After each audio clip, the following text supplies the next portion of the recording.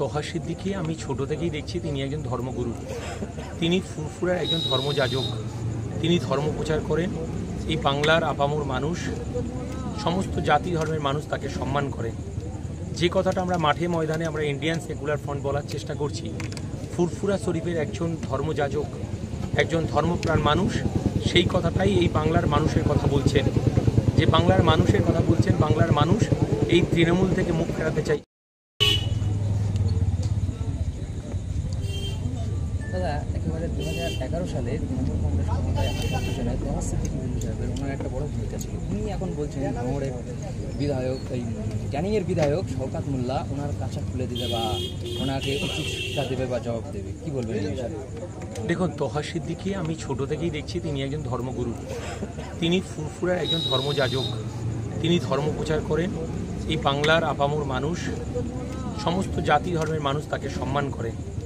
যে কথাটা আমরা মাঠে ময়দানে আমরা ইন্ডিয়ান সেকুলার ফ্রন্ট বলার চেষ্টা করছি, ফুরফুরা শরীফের একজন ধর্মযাজক, একজন ধর্মপ্রাণ মানুষ, সেই কথাটাই এই বাংলার মানুষের কথা বলছেন। যে বাংলার মানুষের কথা বলছেন, বাংলার মানুষ এই তৃণমূল থেকে মুখ ফেরাতে চাইছে।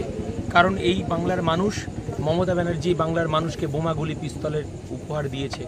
এই বাংলার মানুষ, সে মানুষের 100 দিনের কাজের অধিকার কেড়ে নিয়েছে, আবাস যোজনার কাজের অধিকার কেড়ে নিয়েছে, বেকার যুবকের পেটে লাথি মারা হয়েছে, যারা মিড ডে মিলের যারা ডাল ভাতটা খেত, সেই ডাল ভাতটা পর্যন্ত এই তৃণমূলের সরকার চুরি করেছে।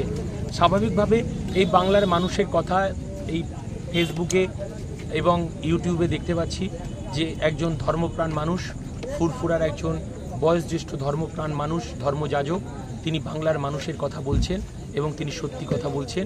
তিনি এই বাংলার মানুষের কাছে নমস্য ব্যক্তি, তাই স্বাভাবিকভাবেই তার কথার আমি কোনো খণ্ডন করব না। তিনি ধর্মপ্রাণ মানুষ, ধর্মের আঙ্গিক থেকে তিনি যেটা উপলব্ধি করেছেন তিনি সেই কথাটাই বলেছেন।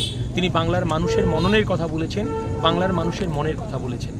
মুখ্যমন্ত্রী বলছে যে মেধা নিয়ে রাজ্য সরকার 1 নম্বর এগিয়ে আছে, কিন্তু দেখা যাচ্ছে কিছু লোকের অভিযোগ আছে যে আমডাঙ্গার ভিতরেও এমন স্কুল আছে 2 ঘন্টা আগে ছুটি দিয়ে সেখানে তৃণমূলের প্রোগ্রাম করছে, কি বলবেন? দেখুন, এই বাংলার মুখ্যমন্ত্রী, যিনি এই রাজ্যের পুলিশ মন্ত্রী, তিনি বলছেন গুন্ডা কন্ট্রোল করি। তিনি তার বাড়ির ভবানীপুর থানা থেকে গুন্ডাদেরকে ছাড়াতে যাওয়ার জন্য ছাড়িয়ে তিনি ভবানীপুর থানার মধ্যে ঢুকে গুন্ডা ছাড়িয়ে নিয়ে যান। তাহলে এই রাজ্যের যারা বোমাগুলি পিস্তল, যারা সন্ত্রাসবাদী কার্যকলাপের সঙ্গে যুক্ত, তারা তো উৎসাহিত হবে যে মাননীয় মুখ্যমন্ত্রী তিনি বলছে গুন্ডা কন্ট্রোল করি।